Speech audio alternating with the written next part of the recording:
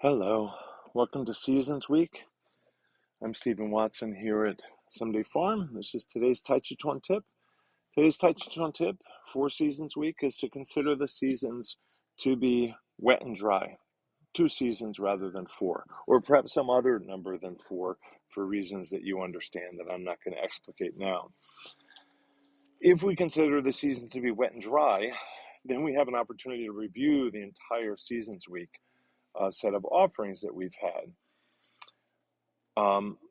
Reconsidering your life in the arts, reconsidering a student's studies of the arts, reconsidering the awareness and intent, the breath cycle, your form itself, your practice session.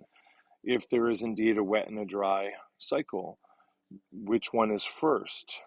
Does 2 constitute a cycle, or maybe there's 3 and there's 2 wet seasons, let's say, in a year? I don't know.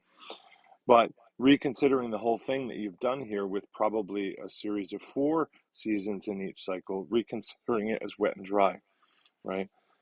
Abundant and poverty, right? Yin and yang, receptive and creative. So enjoy that and get doing your homework. Always do your homework. Always do your homework. Thank you. Love. Thanks for showing your support for today's Tàijíquán Tip.